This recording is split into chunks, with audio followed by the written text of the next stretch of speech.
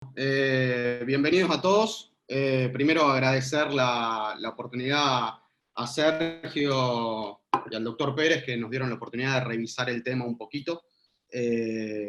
Nosotros somos, acá lo tengo a Juan Ignacio Capaldo y mi nombre es Andrés Mangione, somos ambos dos del Hospital Centenario. Y venimos a revisar un tema que es el embarazo de riesgo y el manejo anestésico consecuente. Para intentar hacerlo un poco más ameno, primero deberíamos definir un poco el riesgo obstétrico. Atrás de la pantalla de los videos no se ve el rectangulito, pero bueno. Esto es un poco para entender básicamente de qué vamos a empezar a hablar.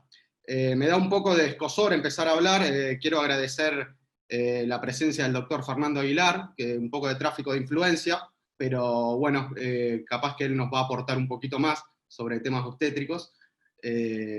Pero bueno, básicamente el riesgo se define un poco como la posibilidad de que aparezca un evento ante una cuestión predisponente, una situación predisponente. Las guías europeas básicamente clasifican el riesgo obstétrico en 4 niveles, mientras que los americanos no se la complican tanto, directamente establecen el bajo riesgo obstétrico y alto riesgo obstétrico. Si hay alguna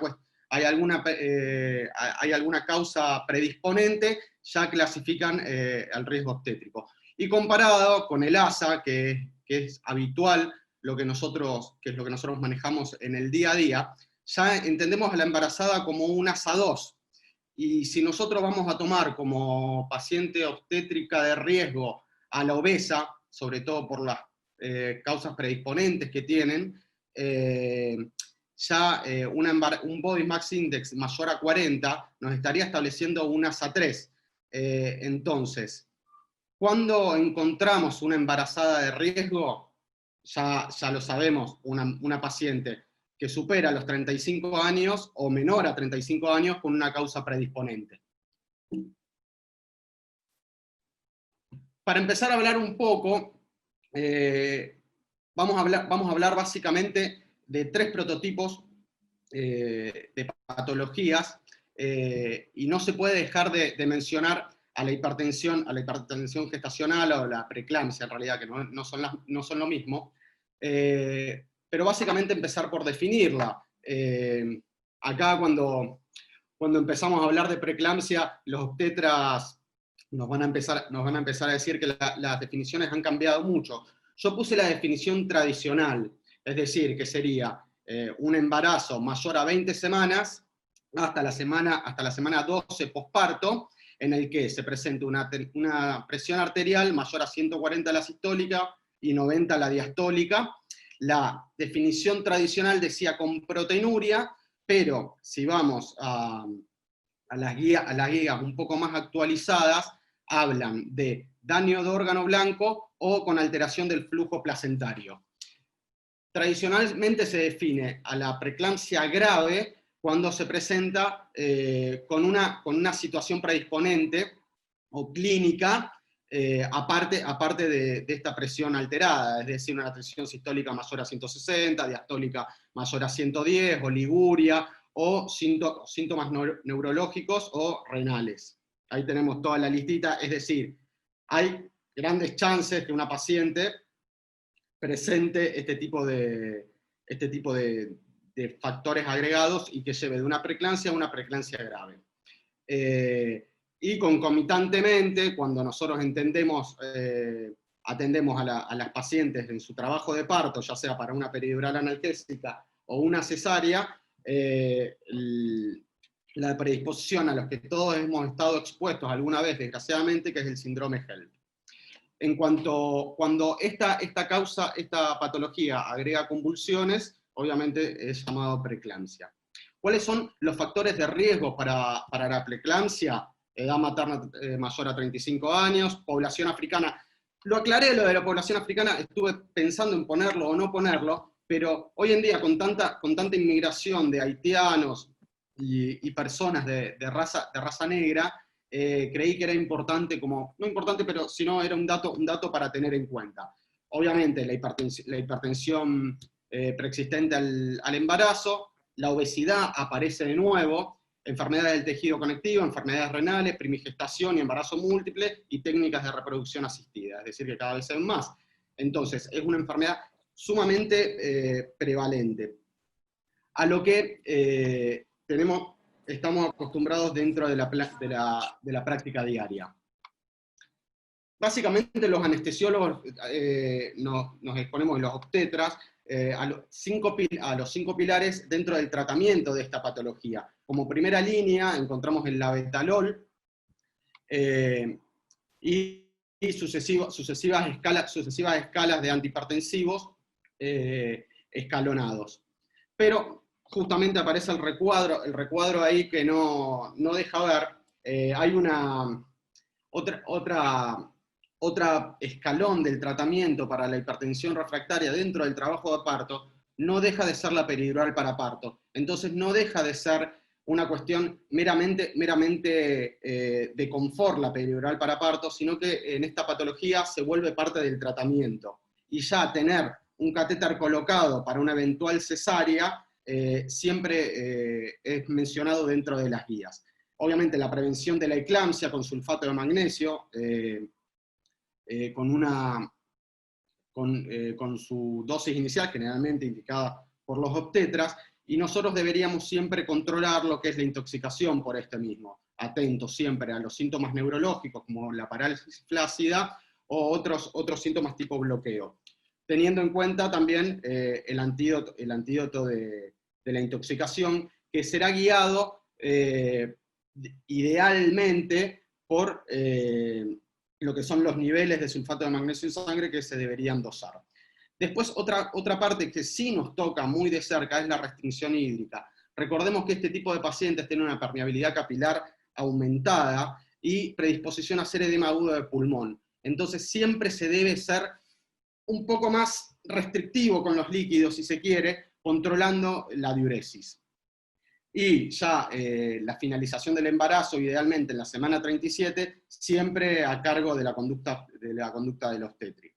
Y después, el tratamiento de las complicaciones, tipo síndrome, lo que venimos hablando del síndrome HELLP. Acá queremos introducir algo que ya se viene hablando mucho en anestesia, que son las guías, las ayudas cognitivas, que se trata de entrenar mucho. Esta guía que básicamente vamos a mostrar Juan y yo, es la guía uruguaya, es una ayuda cognitiva de la Asociación Uruguaya, pero que está avalada por la World Federation. Hay algunas cosas que se pueden tomar, pero fíjense siempre que en el punto 1, cuando se trata de resolver una crisis dentro de quirófano o en sala de parto, se empieza por la organización y pedir ayuda. Siempre. Y siempre se designa un líder. En el caso de la reanimación de los pacientes, ya sea una reanimación hemodinámica o ventilatoria, en el caso de la intoxicación por sulfato de magnesio, debería estar a cargo del anestesiólogo a cargo, de ese liderazgo. Pero siempre un trabajo organizado y mancomunado entre los diferentes trabajadores de la salud que están a cargo de esa paciente, siempre va a dar muchos mejores resultados que si tenemos la capa de Superman y yo voy a salvar. No. Esto es un trabajo multidisciplinar.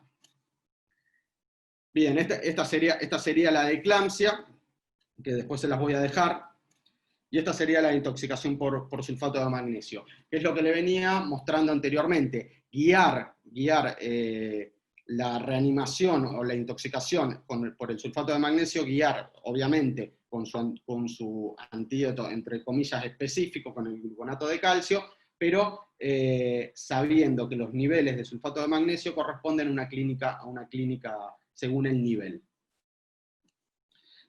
Algo muy importante, yo les mostré la dosis de carga y la dosis de mantenimiento, siempre se debe adecuar la dosis de mantenimiento si la paciente tiene una insuficiencia renal. Acá entramos un poco en lo que es el prototipo de la paciente de riesgo, sobre todo para nosotros los anestesiólogos, que es la paciente obesa. La paciente obesa va a ser no un problema, pero siempre va a ser un escollo para el anestesiólogo. Tiene mayor incidencia de hipertensión, tiene mayor incidencia de enfermedad coronaria, de miocardiopatía, tiene mayor incidencia de tromboembolismo pulmonar.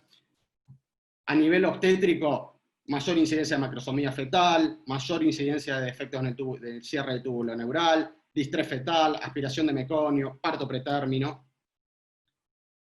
Y esto es lo que lo vamos a ver reflejado nosotros. Tiene un aumento de las tasas, de la tasa de cesárea. Acá me voy a detener un poquito porque si vamos un poco a la estadística de los países que tienen estadística, no podemos dejar de nombrar el Reino Unido.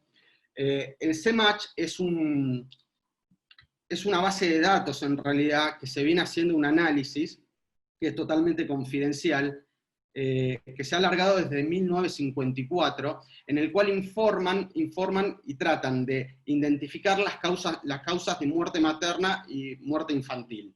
Si uno busca más allá del 2008, no va a encontrar el CMATCH, va a encontrar el CMD, porque cambió de nombre, porque a partir del desde 2008 se empieza a dividir en las causas de muerte materna y las causas de muerte infantil. Pero ¿qué son estos numeritos que están acá abajo? Siguiendo hablando de la paciente obesa, el Confidential Inquiry in Maternal and Child Health identifica las causas de la muerte, trata de identificar las causas de la muerte. En el 2000 al 2002, en el informe del 2000 al 2002, el 30% de esas causas relacionadas con la anestesia, las pacientes en el 30% eran obesas. En el 2003, el 50% era obesa. Y en el 2007-2008, de las 6 causas, de las 6 muertes identificadas por causa anestésica, 4 pacientes eran obesas y 2 pacientes eran obesas mórbidas. Entonces, tenemos una gran incidencia cuando empezamos a hablar de obesidad y embarazo, y en lo que son causas de muerte materna. Después, el último informe es del 2012 al 2014, identifica 4 muertes relacionadas con la anestesia, de las cuales las 4 pacientes tenían obesidad identificada. Ya vamos a hablar un poquito más cuáles son las causas, pero bueno, ¿cómo se deberían intentar manejar estos pacientes? Primero, identificar que no se puede hacer en un centro de baja complejidad, tiene que ser de mediana a alta complejidad. La analgesia para partos deja de ser en este tipo de pacientes una cuestión de confort y pasa a ser una cuestión básicamente de seguridad. Hay un trabajo en el que identifica que las pacientes obesas tienen mucho mayor susceptibilidad al dolor del trabajo de parto. ¿Estamos? No sé si se entiende un poco, si no... bien, me dicen que sí, así está buenísimo, sigo. A su vez, estas pacientes hay una relación directamente proporcional con el índice de masa corporal, el trabajo de parto y la incidencia de cesáreas. Y a su vez, cuando vamos a hacer una analgesia peridural para parto, encontramos dificultad en los reparos anatómicos.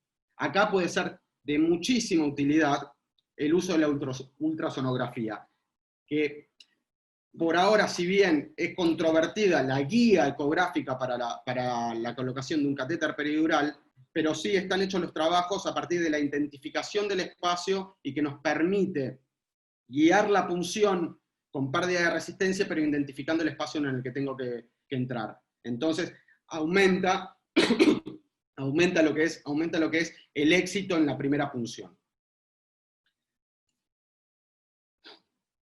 Si hablamos de que tenemos que dar una anestesia para una cesárea, como ya les mencioné, la obesidad tiene un aumento por 3 de la tasa de cesáreas, y a su vez tiene aumentada muchísimo la mortalidad de esta cirugía, ya sea de causas infecciosas, de que nos quedemos cortos con la técnica, si hacemos una subaracnoidea. Por eso es recomendable, según las guías europeas, de que se haga una técnica epidural y subaracnoidea combinada. Entonces, dejar el catéter colocado y poder manejar los tiempos de la anestesia del neuroeje, pudiendo reinyectar el catéter, sería algo recomendado en esta población. A su vez, plantea otros escollos este tipo de población. Los manguitos de presión no siempre están disponibles para este tipo de pacientes y no siempre toman, por más que tengamos los manguitos adecuados. Tenemos accesos venosos dificultosos, mala tolerancia al decúbito supino y rápida desaturación en la inducción de la anestesia general. No me voy a abocar un poco en lo que es anestesia general en anestesia, porque eso ya se los va a hablar un poquito más Juan Ignacio.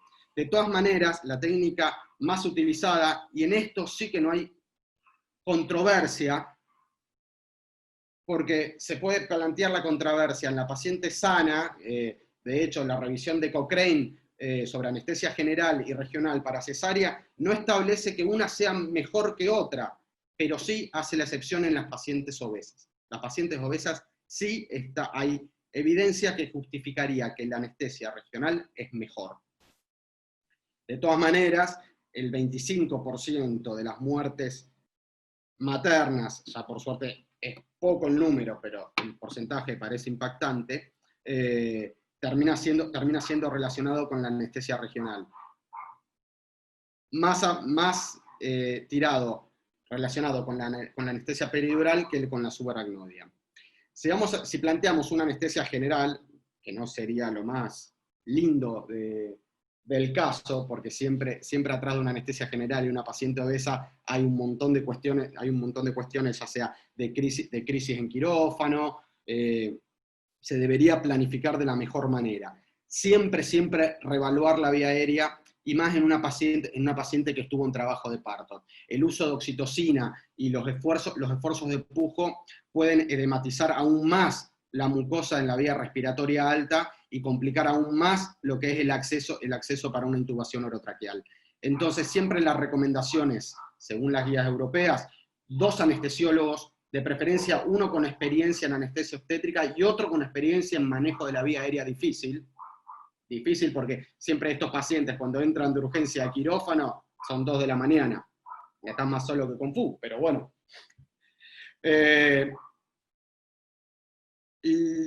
Según la guía, si vamos a la guía española, va a sugerir una intubación vigil con fibroscopio. Las otras guías no lo sugieren, pero bueno, les va a hablar mucho más extendido Juani del tema que lo que yo les voy a hablar acá.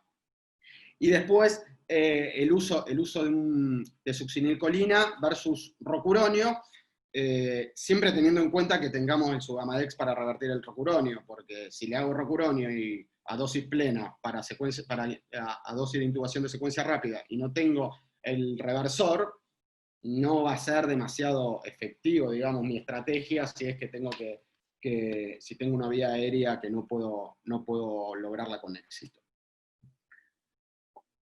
Hasta acá estamos con la paciente obesa. Después vamos a extender un poco el relato en cuanto a lo que es anestesia general y anestesia obstétrica.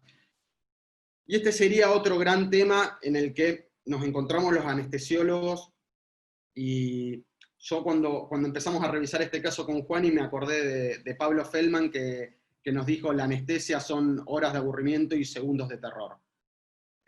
Cuando tenemos una hemorragia masiva obstétrica, yo te diría que es la definición de segundos de terror.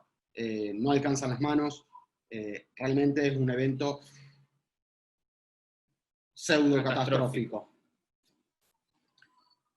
¿Cómo definimos la hemorragia obstétrica? La hemorragia, según el momento en el que se da la hemorragia o se presenta la hemorragia, se define anteparto y posparto. La anteparto nosotros generalmente no los vemos, tienen una causa de origen o una placenta previa, un desprendimiento normoplacentario, que ahí tendríamos una urgencia interesante. Y generalmente vemos la posparto o cuando estamos en quirófano con una cesárea. Según la causa, estas pospartos se definen en primarias y secundarias. Las secundarias son las que aparecen después de las 24 horas, las primarias son las que aparecen dentro de las primeras 24 horas. Según la OMS, se define ya como hemorragia obstétrica la pérdida mayor a 500 mililitros. Grave si es de 1000 mililitros, y si es presencia de shock, ya se presenta como una hemorragia masiva obstétrica. Cuando lees las guías decís, pero ¿cómo cuantifico yo realmente? Por eso lo puse ahí al muñequito este verde, Mike Wazowski. es muy difícil cuantificar en quirófano con la pérdida del líquido amniótico, con el sangrado normal de una cesárea o con el sangrado normal de un parto. Es muy difícil cuantificar, pero para definirlo un poquito, cuando tengo una pérdida del 40% del volumen sanguíneo, y recordemos que el volumen sanguíneo en el embarazo aumenta 100 mililitros kilo, es decir, que en una paciente que tiene más o menos 7 litros, que pesa 70 kilos, un 40% vendría a representar algo así de 2 litros.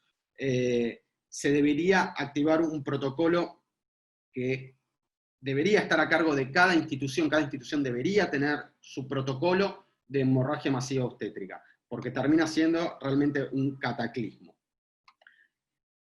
En cuanto a la prevención, ¿qué es lo que podemos hacer?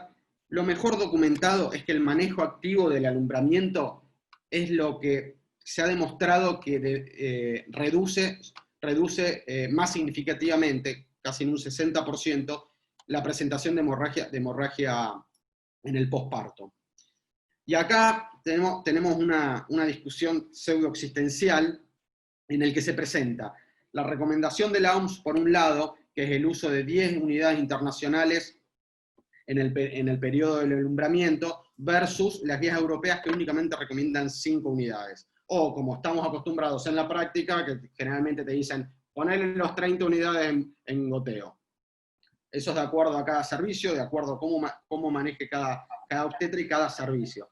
Pero lo que se está tendiendo en las guías es que se haga una dosis mucho más baja de la que generalmente hacemos. Les vuelvo a repetir.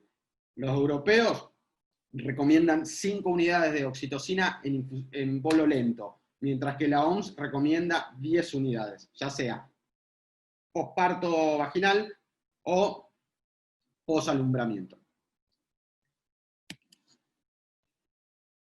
Y acá esta diapositiva tiene mucho significado, porque lo que sí está bien establecido es que las bases del tratamiento y de los protocolos para el tratamiento de la hemorragia materna se basa en 4 pilares, en 4 cosas que tiene que hacer el anestesiólogo o que tiene que liderar el anestesiólogo dentro del quirófano y que las tienes que hacer en simultáneo. No es que tiene que hacer una cosa, después otra, después otra, después otra. Esto va todo en simultáneo. La comunicación, sobre todo con un closed loop, que se entienda, es fundamental. Manifestar, tenemos un problema, tengo una paciente con un sangrado, y activar todas las cuestiones.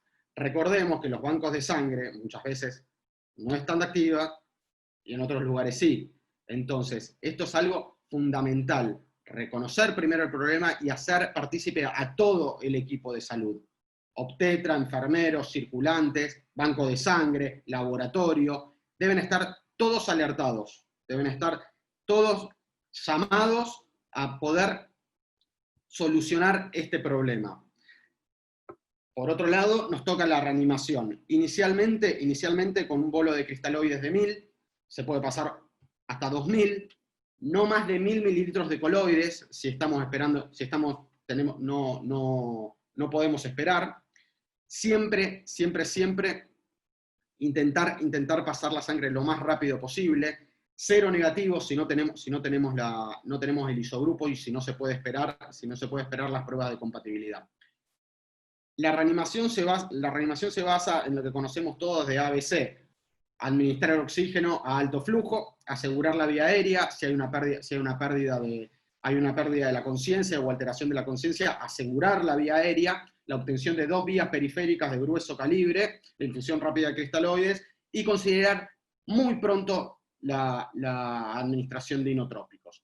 En cuanto a la monitorización, intentar alejarse lo más posible de la triada de la muerte: la acidosis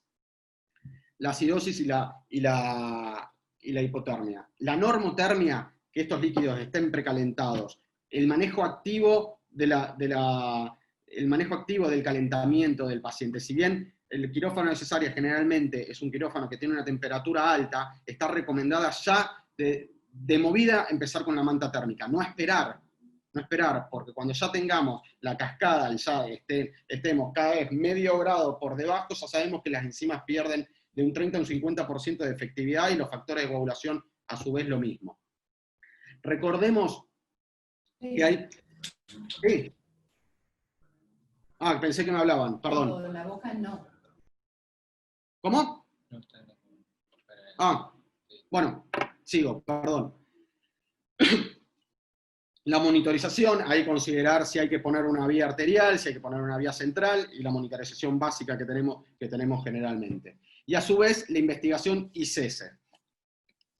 Vamos a pasar esto. Dentro de la investigación encontramos las 4T, que generalmente la causa más frecuente, por eso lo que más ha impactado dentro de la reducción de hemorragia postparto, es el manejo activo, tanto con maniobras de masaje, la evacuación vesical y el uso de oxitocina y otros uterotónicos. Debemos encontrar otras posibles causas. La causa principal es la atonía uterina, después está el trauma del canal de partos.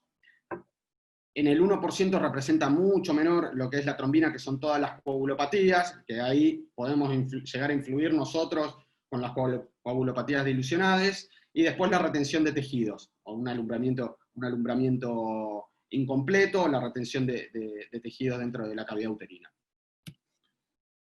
Para guiar un poco la reanimación y la administración de hemoderivados, podemos tomar cuatro factores que nos guíen la administración de sangre, de plasma fresco congelado, crioprecipitado, fibrinógeno, plaquetas.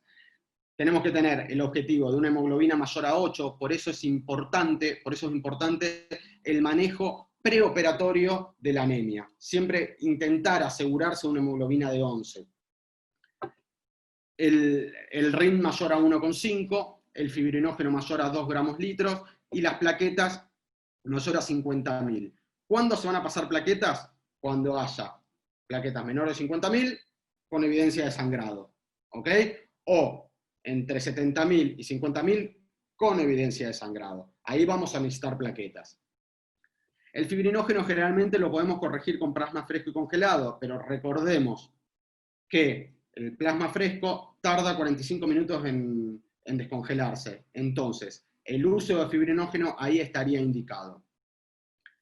De segunda línea, y esto no tanto de segunda línea, en la hemorragia masiva obstétrica el uso de tranexámico está avalado. Hay estudios que lo avalan y que avalan el uso precoz del ácido tranexámico con una carga de hasta 2 gramos y con una infusión continua de 1 miligramo kilo hora durante las primeras 8 horas. Y en una tercera línea tenemos el factor 7 recombinante. Esto es sumamente carísimo, por eso tienen que tener cuatro condiciones que se tienen que dar para que se recomiende la administración del factor 7. Un pH mayor a 7,2, plaquetas mayor a 100.000, fibrinógeno mayor a 1,5 y una temperatura mayor a 35. Es decir, que si nosotros logramos corregir todas las alteraciones metabólicas y fisiológicas y seguimos teniendo ensangrado, ahí recién estaría indicado el factor 7 recombinante. Si estamos en quirófano, se pueden hacer medidas quirúrgicas, como la ligadura B de Lynch o las ligaduras de las hipogástricas. Si están en una sala de parto, el primer gesto quirúrgico, digamos, podría llegar a ser un balón intrauterino. Lo que tenemos acá a la izquierda es el algoritmo que intentaría organizar un poco lo que es la actuación nuestra dentro de una hemorragia obstétrica grave. Declararla, sobre todo, pedir ayuda, que es lo que yo les decía, que las guías cognitivas es el primer paso, pedir ayuda, reconocer que tenemos la urgencia y reconocer que tenemos el problema. El manejo de la vía aérea, la administración de oxígeno de alto flujo, y las maniobras, el tratamiento médico y no médico, y quirúrgico. Siguiendo con la línea que veníamos anteriormente, esta sería la ayuda cognitiva correspondiente a hemorragia postparto. Lo que nos va a guiar sobre todo lo que es la reanimación, no me quiero meter dentro del RCP, que eso ya es territorio del doctor Máximo Gaichuk, va a ser sobre todo el estado hemodinámico y las determinaciones de laboratorio, sobre todo el estado hemodinámico y el estado del sensorio de la paciente. Bueno, los dejo acá. Sigo yo ahora. Continuando Perdón, con el apartado ¿hago una de... pregunta respecto de lo que habló Mojiene? ¿O hay que esperar al final? Sí, ¿no? No, no podés. Al final. Sí podés, dale. Bueno. Espera que terminemos y después... Bueno, dale. Listo. Espera. de este tema, ¿Cómo? es de este tema de hemorragia obstétrica. Era hemorragia obstétrica y la parte de hipertensión, y por ahí para no olvidarme, por ahí prefería hacerlo, pero me las anoto y se lo hago al final de todo. Dale, sí. Bueno, dale, seguimos y al final retomamos. Mención especial dentro de lo que es hemorragia obstétrica, y sobre todo porque, bueno, en nuestro hospital recibimos estas pacientes. Vamos a detallar algunas cuestiones con respecto a lo que refiere en acretismo placentario. El acretismo placentario como entidad es una entidad que no es muy frecuente, pero la verdad es un dolor de cabeza al momento de plantear el abordaje multidisciplinario de estas pacientes, y sobre todo como causa de hemorragia obstétrica y como entidad que es altamente proclive de producción de hemorragia obstétrica grave. El espectro de pacientes que generalmente se presentan como padecientes de un acretismo placentario, hablamos de mujeres que tienen una edad mayor de 30 años, que generalmente son multíparas, y bien, dentro de este antecedente de paridad, tienen antecedentes de cesáreas, en algún caso con una placenta previa. Preguntale qué diapositivas están viendo. Una consulta, ¿estamos viendo la diapositiva de acretismo placentario? ¿Va bien el flujo de diapositivas? ¿Sí? Sí, perfecto. Seguimos adelante. Bien. Decía, pacientes que tienen antecedentes de alguna cesárea con placenta previa, o bien que tienen antecedentes de cesáreas iterativas. Y en caso de pacientes que no han recibido cesáreas, que tengan como antecedente también alguna instrumentación intrauterina, sea alegrado, sea o bien infecciones con hemionitis, o bien placentas retenidas o alumbramientos manuales, los cuales también predisponen a la presentación posterior de este tipo de patologías. A partir de ahora, los grandes temas que yo voy a abordar, en cada uno de ellos vamos a que sea como lo importante a llevarse a esta charla, y es lo que quisiera que ustedes recuerden y si quieren anotar. En cada uno de los temas yo me traté de buscar de forma lo más actualizada posible una guía que, en base a la evidencia actual y las recomendaciones actuales que están vigentes en el tema que vamos a tratar, una guía en este caso, de diagnóstico o manejo de abordaje terapéutico de cada uno de los casos que vamos a tratar. En el caso del acretismo placentario, el Real College of Obstetrics and Gynecologists de Europa desarrolló en 2018 una guía para el diagnóstico y manejo de pacientes con placenta previa y acretismo placentario. Y en función de esto y reportes de casos, vamos a desarrollar el tema.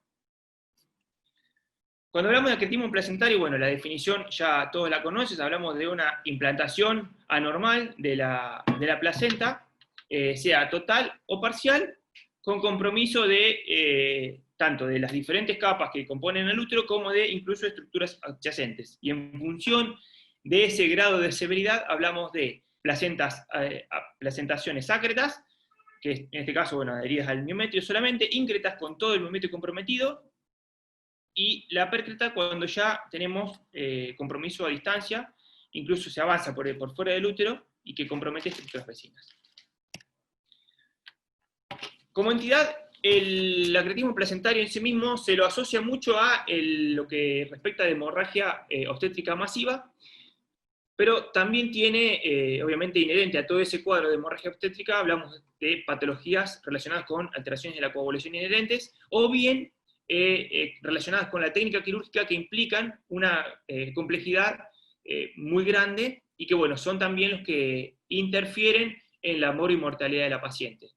Y si ven acá en el alerta, que es lo que también hace hincapié la guía de la Royal College de Europa, es que el principal factor para disminuir la morbimortalidad habla de diagnóstico, planificación y el trabajo en equipo multidisciplinario. Son las tres cosas, los tres aspectos son los más importantes para poder hacer un abordaje integral de la paciente con acretismo placentario y garantizar mejores resultados postquirúrgicos.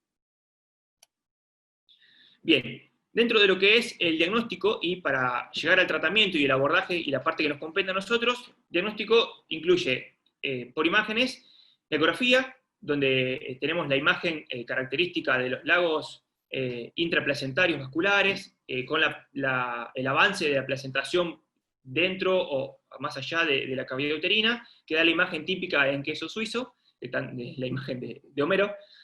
Bueno, complementando la ecografía y para confirmar el diagnóstico de la resonancia magnética, o bien puede ser el caso de pacientes con antecedentes o diagnósticos ecográficos de placentas previas, por ejemplo, que se nos presenten en una cesárea con un diagnóstico intraoperatorio de un acretismo placentario. Y dentro de lo que respecta al tratamiento, hablamos de dos vías totalmente distintas de abordaje, que son, por ahí la que uno más convencionalmente participa, que es la histerectomía total, y en este caso vamos a hacer paréntesis a la embolización selectiva de los vasos uterinos y el tratamiento conservador. Con respecto a la embolización puede ser un camino intermedio entre los dos extremos de la terapéutica.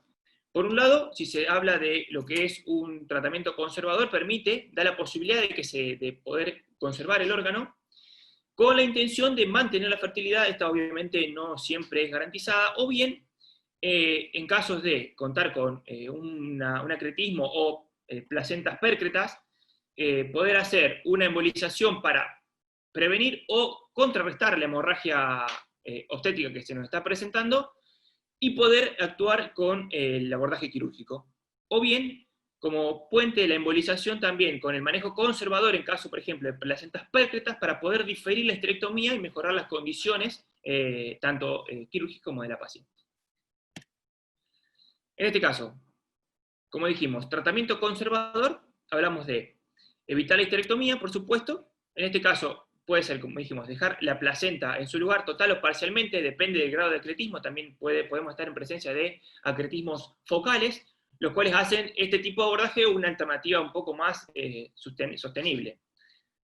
Y hacer un complemento farmacológico con metotrexato. Hay cada vez más reportes de casos, de pacientes que son abordadas con este tratamiento, y se tienen buenos resultados. E incluso, como dijimos, placentas pércretas, poder hacer una reducción placentaria con este abordaje para poder hacer una reducción menos grande, o sea, menos masiva, perdón, de las diferentes estructuras que están involucradas por la placenta.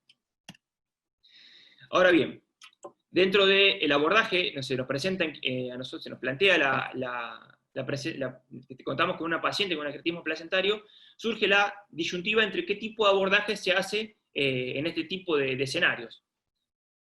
Según la evidencia y lo que expone la Royal College, si bien la anestesia general permite un mejor manejo hemodinámico en este tipo de pacientes donde la hemorragia obstétrica está a la orden del día, la anestesia regional, tanto sea epidural, subaracnoidea o combinada, se asocia con menores eventos hemorrágicos y menores requerimientos transfusionales en el intraoperatorio de la paciente con acretismo placentario. De todas maneras, obviamente, en todo momento, tanto la paciente como el equipo de salud debe estar consciente de que ante la eventualidad de contar con una situación hemodinámica de gravedad y se requiere la reanimación, la anestesia general se puede instaurar en cualquier momento. Y como detalle importante, siempre en esto, más que nada porque los tiempos quirúrgicos son algo prolongados, siempre el mejor abordaje, o el que más se ha planteado en las estrategias anestésicas, ha sido la combinada o la epidural desde el inicio. Siempre hay que tener en cuenta que en un contexto donde estamos con un catéter, donde contamos con, si en este caso se utiliza la embolización, que es en estos casos siempre que está disponible, la Royal College lo considera como necesaria, que esté presente y que se pueda recurrir a ella para disminuir el riesgo de hemorragia. Nunca olvidarse de las condiciones en las que se va a retirar el catéter, si se utiliza. Siempre es ideal contar con un coagulograma al final del procedimiento que nos garantice que lo estamos haciendo en condiciones adecuadas. Por un lado, sea por el sangrado, si tuvimos que recurrir a transfusiones en cuantía, o bien porque, por ejemplo, los lavados de los hemodinamistas, los lavados de perfusión continua de los catéteres, si están heparinizados, el lavado continuo puede generar una modificación sustancial de los tiempos de coagulación, y es algo que debemos tener presente, o bien avisar al inicio, y por eso lo que se busca ahora es presurizarlos y no heparinizarlos a los lavados de todo tipo de catéteres que se tengan de uso continuo, y en tal caso contar con el coagulograma de control que nos dé la seguridad, o bien poder corregirlo para poder retirar el catéter.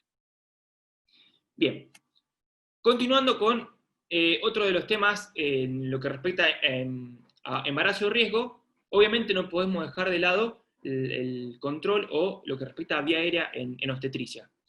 De nuevo, como dijimos, como eje de esta presentación, en 2015, la DAS, o sea, la Sociedad de Vía Aérea Dificultosa Europea, en conjunto con la Asociación de Anestesiólogos Obstetras Europea, plantearon en conjunto un marco, una guía, no protocolo, sino una guía para poder tener un manejo de la vía aérea obstétrica, e incluso ante la intubación fallida de la vía aérea. Y de nuevo, vean el recuadro que hacen énfasis también en la importancia del trabajo interdisciplinario, sobre todo para poder regir la toma de decisiones ante eventos desfavorables que se nos van presentando en el abordaje de la vía aérea.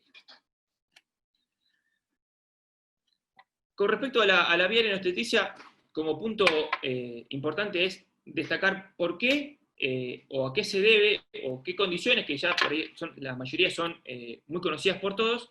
Hablamos de que una paciente obstétrica se presenta con mayores dificultades para poder abordar la vía aérea. Tenemos, por un lado, edema en los tejidos blandos, en la mucosa incluso de la vía aérea superior y en fauces, lo que hace que sea más traumático el tener que instrumentar la vía aérea en este tipo de pacientes, y los sucesivos intentos hagan que cada vez sea más complicado poder hacer una intubación exitosa.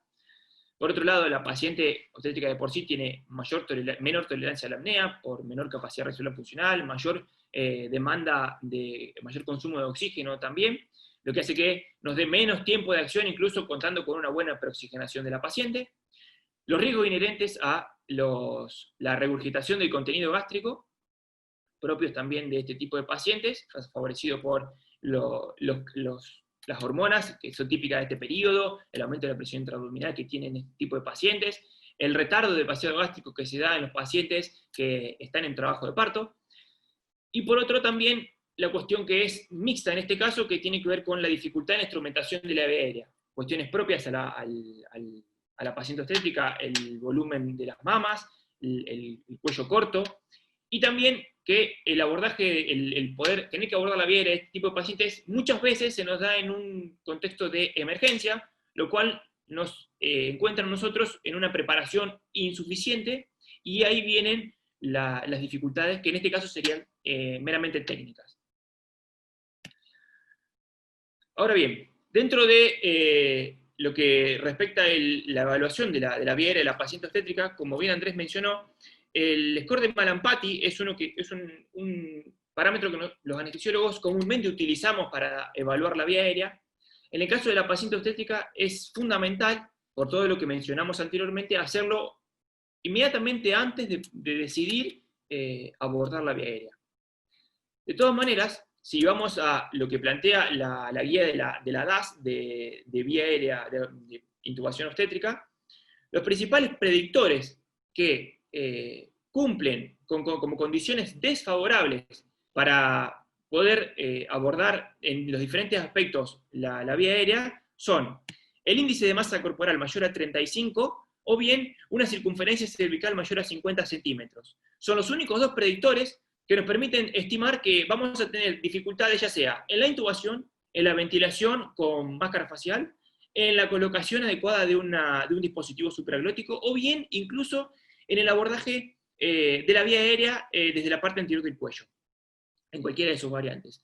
Y si continuamos hacia abajo en la tabla, vemos que el score de Malampati queda relegado a un quinto lugar y nos habla de las maniobras habituales que hacemos nosotros en vía aérea, que son ventilación con máscara facial, y seguido de la intubación traqueal. Ahora bien, retomando el tema principal del inicio de Andrés, de la paciente obesa obstétrica, aquí también cobra importancia la circunferencia cervical, donde vemos que como predictor de vía aérea dificultosa contar con un valor de circunferencia cervical de 40 centímetros habla de un riesgo de un 5% de encontrarnos con una intubación dificultosa, y se asciende hasta un 35% contando con valores de 60 o más. Y otro aspecto que toma importancia en la paciente obesa, en obstetricia, es la distancia cutáneo-traqueal, o sea, la distancia de la piel a la tráquea medida por ecografía. Si supera los 28 milímetros, incluso ahora hablan de 25 milímetros, puede ser un predictor fuerte también de que estamos en presencia de una vía dificultosa.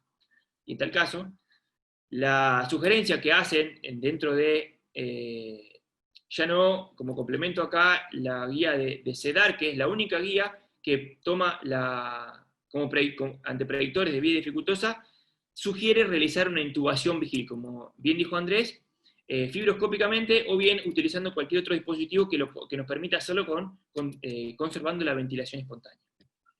Y aquí vemos los protocolos que expuso en 2016 la CEDAR, que es la Sociedad Española de Anestesiología, hablan de conservar la ventilación espontánea en pacientes con predictores fuertes de vía aérea dificultosa, pero no deja de sugerir, y si ven en la parte de abajo de la imagen, la anestesia regional. Ser insistentes en poder obtener un bloqueo regional para poder hacer el abordaje anestésico en este tipo de pacientes.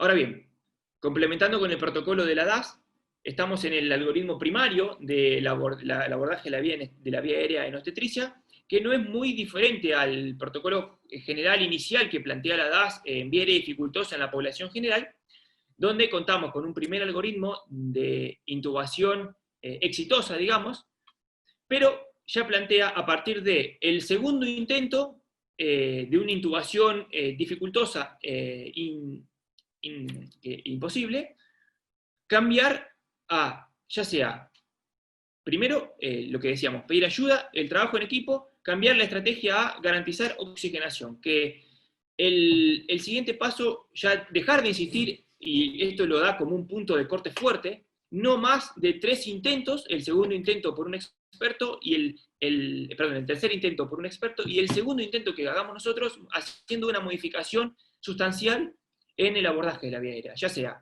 modificar la posición de la cabeza o posición en rampa si la paciente es obesa, modificar la presión cricoide, si maniobra de Selig, modificar con maniobra BURP si es necesario, utilizar una guía metálica complementaria para poder mejorar la inclinación del tubo, es decir, cualquier herramienta que nos permita a nosotros hacer una modificación sustancial en el abordaje. Caso contrario, pasar a declarar como vía aérea no intubable, y empezar a buscar la alternativa de poder obtener una oxigenación eficiente.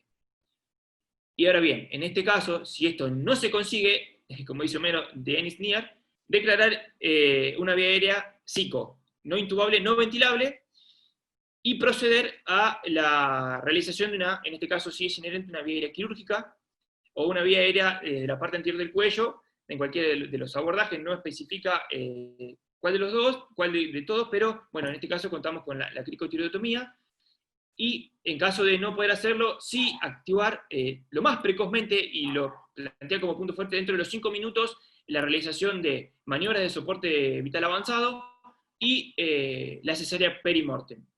Ahora bien, ven que siempre estamos en presencia en las imágenes de un triángulo amarillo, que es lo novedoso de este protocolo, de esta guía de la DAS, y de la Asociación de Obstetricia, de Anestesiología Obstétrica, que en cualquier caso, si se puede acceder a una oxigenación adecuada, plantea la disruptiva de despertar a la paciente o la necesidad de continuar con la cirugía.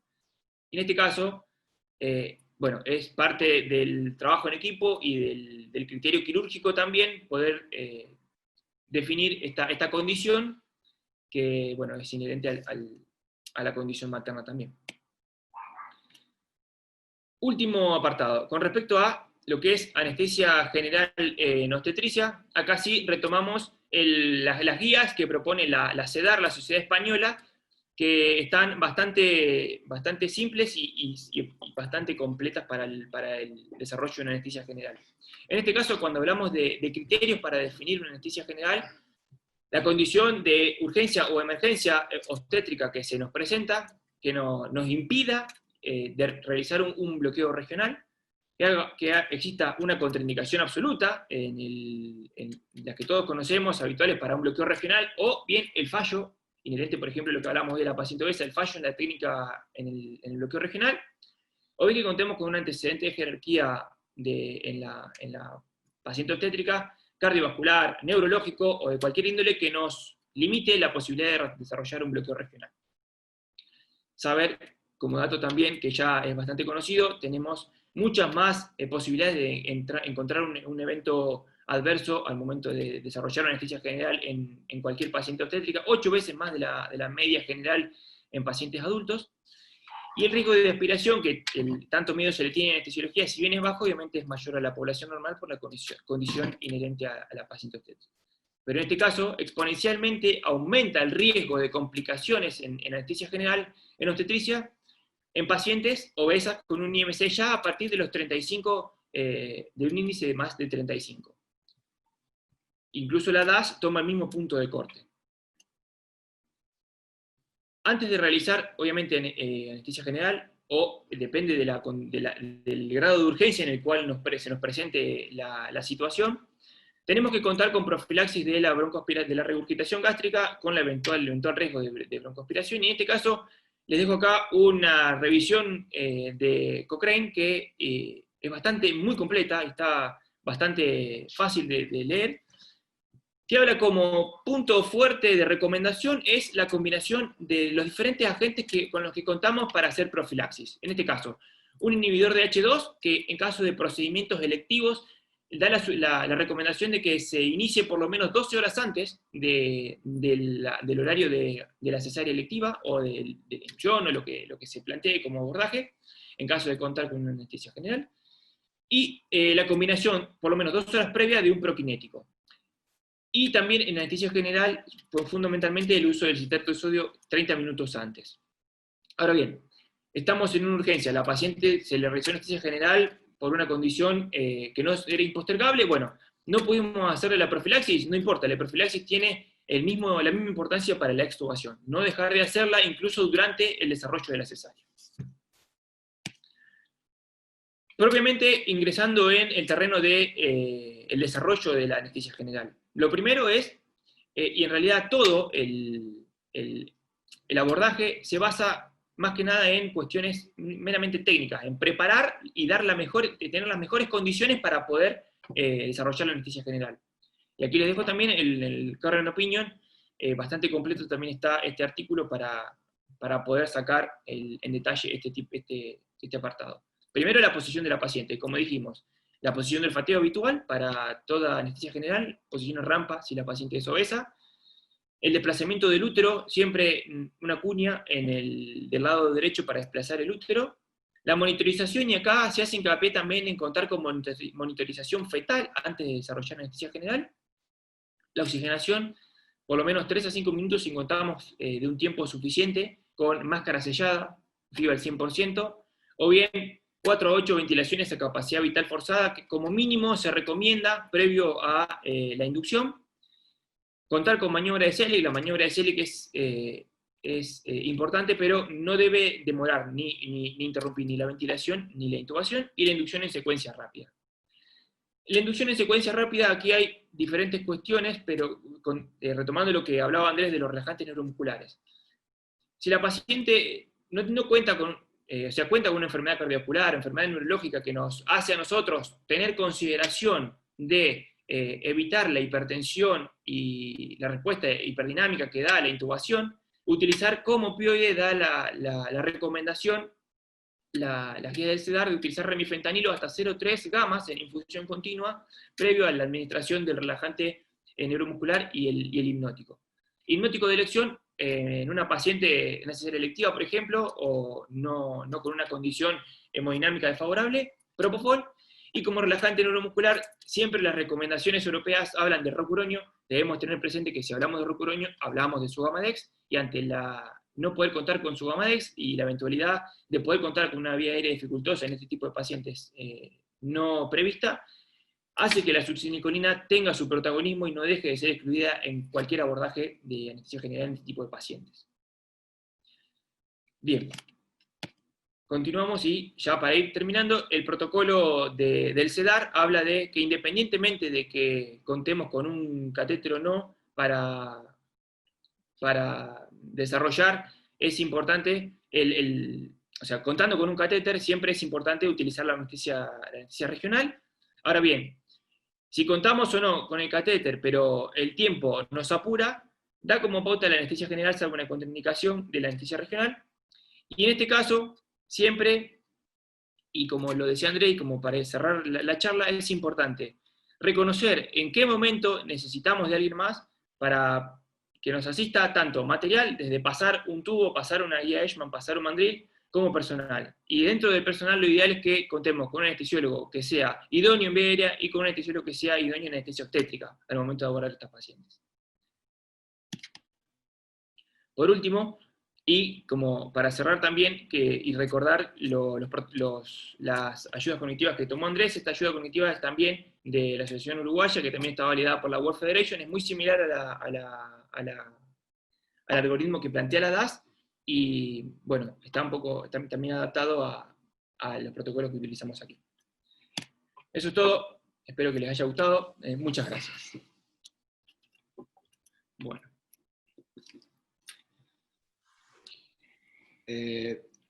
Bueno, muchas gracias. Una cosita, la intención de la charla fue revisar las guías. Yo estoy seguro que si Guillermo Navarro me escucharía, me dice cuál es el papel de la oxigenación apneica dentro de esto. Yo creo que es fundamental, yo creo que es primordial la oxigenación apneica con cánula nasal de alto flujo, pero con el equipo correcto, con el equipo que tira 40 litros minuto. Entonces fue decir, bueno, adaptamos un poco a lo que es nuestro medio. Entonces por eso no mostramos estudios inherentes al respecto. Y después fue intentar revisar un poco qué decían las guías en este tipo de pacientes. Y orientar un poco también la lectura, o a dónde acudir al momento de tener que ampliar en el tema y tener evidencia fuerte y actual de cada uno de los temas que fuimos tratando, sobre todo. Perfecto. Una de las cuestiones en la que coincido con el planteo que así hicieron ustedes es que podemos por ahí leer muchos trabajos donde se plantean cosas que son muy interesantes, y después la realidad en la que nos toca trabajar cotidianamente nos hace ver que son inaplicables. Entonces lo más importante de todas estas charlas es sacar las cosas que podemos nosotros hacer en nuestro medio, Y las que utilizar las herramientas de las que disponemos, tener un marco mental armado para enfrentar esta situación, que muchas veces, como bien plantean, es algo urgente y no nos dan las manos para preparar las cosas que necesitamos, para pedir ayuda, muchas veces, inclusive como bien plantearon en algún momento, son horas en las maternidades que trabajan las 24 horas, obviamente son horas de la madrugada, no hay ningún anestesiólogo cerca de nuestro quirófano ni nada que nos pueda dar una mano, entonces tenemos que tener personal al que mínimamente hayamos entrenado para asistirnos y demás. En eso se basa el trabajo en equipo y en eso se basa el tema de saber qué es lo que tenemos que hacer y mínimamente tener las guías a mano para que nos puedan ayudar, tener los elementos con los que contamos a mano para poder tomar las decisiones correctas. Más que nada eso es tener la tranquilidad de trabajar haciendo las cosas que debemos hacer. Lo peor que podemos hacer es entrar en pánico, porque obviamente no vamos a hacer nada, o fijarnos cometer un error de fijación en querer hacer algo que no nos está saliendo, por ejemplo intubar, con un dispositivo, con el otro. Entonces, esas cosas, y como bien plantearon, hicieron el recordatorio, cuántas veces intentar, qué hay que cambiar o no, son muy, muy importantes de tener presente. Si quieren hacer preguntas, por ahí para ordenarnos, las pueden escribir en el chat y las vamos respondiendo, se las vamos haciendo a los chicos.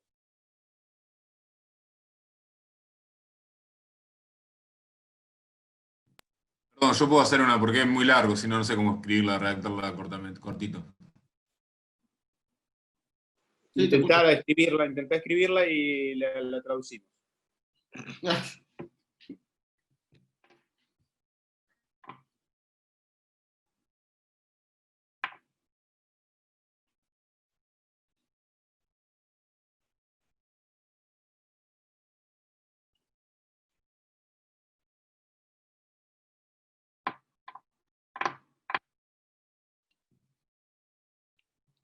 Ah, larga, ¿en serio, Esteban?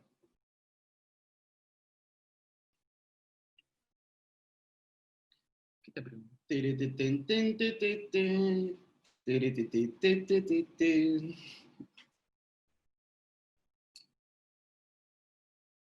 No, ya fue, no me sale escribirla, la digo por acá. Lo voy a hacer lo más cortito y resumido posible. Nosotros las pacientes que tenemos a veces en el HPC, si bien son jóvenes las que van a cesárea, muchas veces son obesas, y las que tienen preeclampsia grave, que vienen con tratamiento con sulfato de magnesio, cuando le hacemos la raqui, muchas veces, digamos, por la cuestión de la hipotensión, le sacamos el sulfato de magnesio, le pasamos mucho líquido por la vasodilatación, que con lo del aumento de la permeabilidad capilar, digamos, favorecería el edema.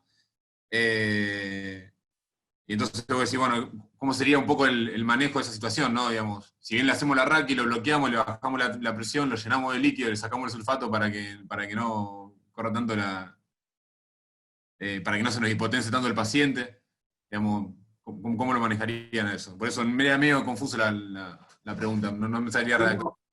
Sí. Punto 1. La precarga no está más recomendada, está recomendada la cocarga, que es realizar la anestesia subaracnoidea o epidural mientras le estoy pasando líquido. No está más recomendada ni ha demostrado que reduzca la hipotensión la precarga. Punto 2. Una paciente con preeclampsia generalmente está hipertensa y tiene muchísima menor repercusión hemodinámica cuando yo le hago el bloqueo, ya sea subaracnoideo, y mucho menor peridural.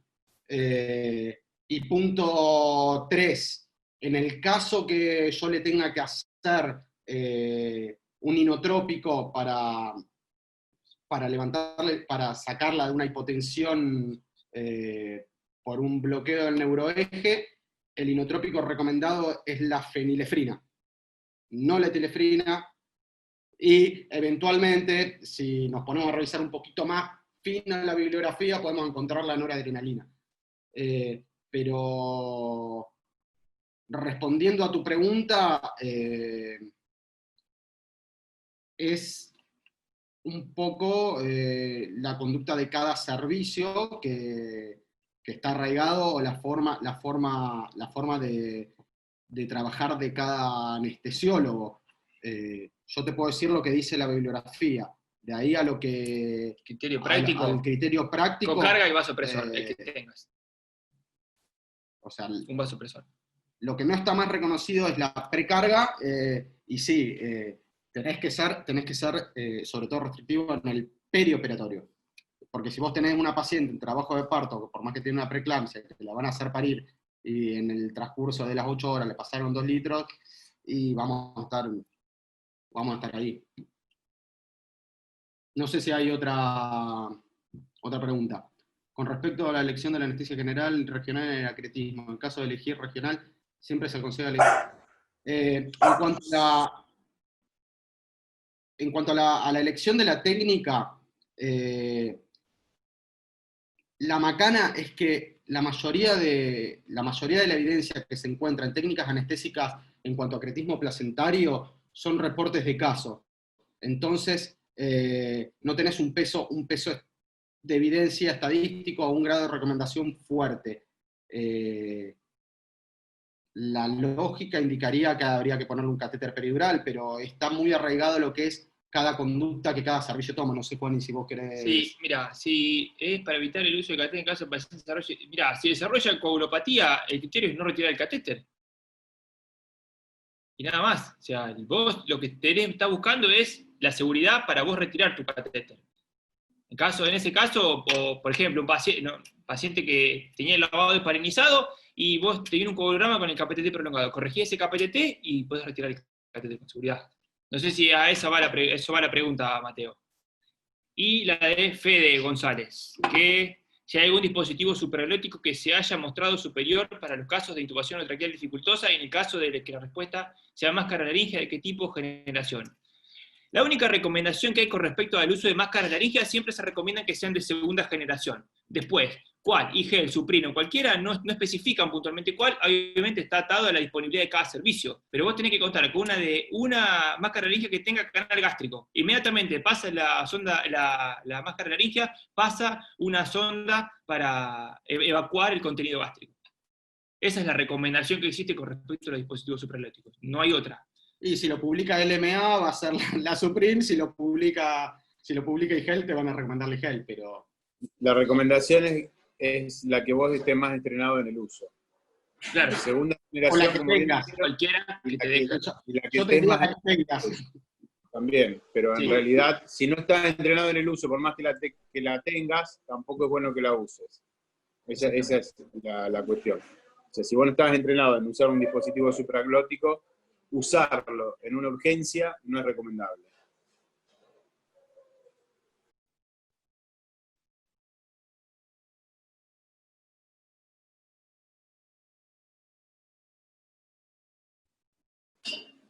Bueno, creo que no hay más preguntas. Excelente presentación. Le queremos agradecer en nombre de la dirección de la carrera la predisposición a preparar el tema, a estar un día viernes disertando sobre esto. Para nosotros, los que de alguna parte formamos parte de la carrera, que ustedes estén hoy disertando nos llena un poco de orgullo porque es un poco el resultado de lo que se viene tratando de hacer a lo largo de estos años que se está desarrollando la carrera. Así que bueno, muchísimas gracias, felicitaciones por la presentación a los dos, y no sé si Eduardo quiere decir algo más. En parte, buenas noches a todos.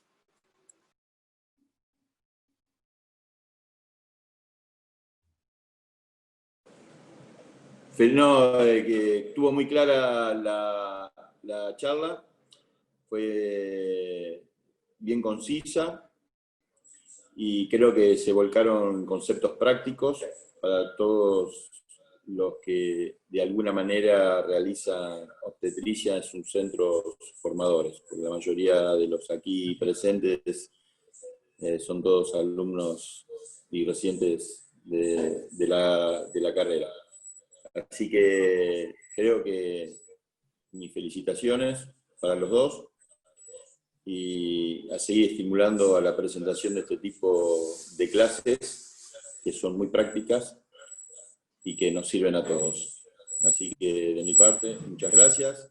Felicitaciones, Sergio, por ser el director de este noveno curso universitario, que estuvo de alguna manera con la característica de la pandemia y del COVID.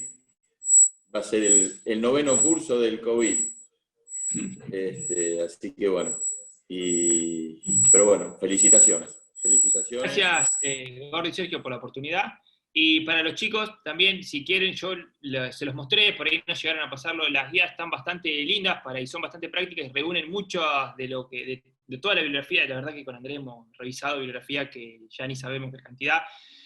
Está bastante completo, así que si las quieren, mail o teléfono, nos conocemos todos acá, nos preguntan, nos piden, las tenemos a mano en la compu, las mandamos y las compartimos, es la idea. Que se lleven algo que les resulte práctico para definir el criterio de cada uno, nada más. Así que bueno, y gracias.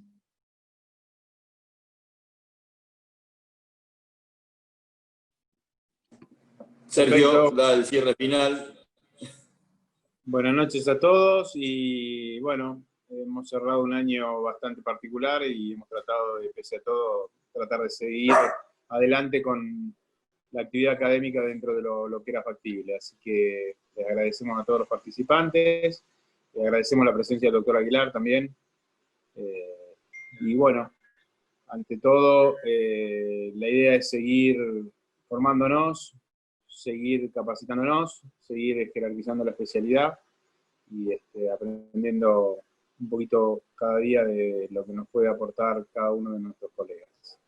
Así que bueno,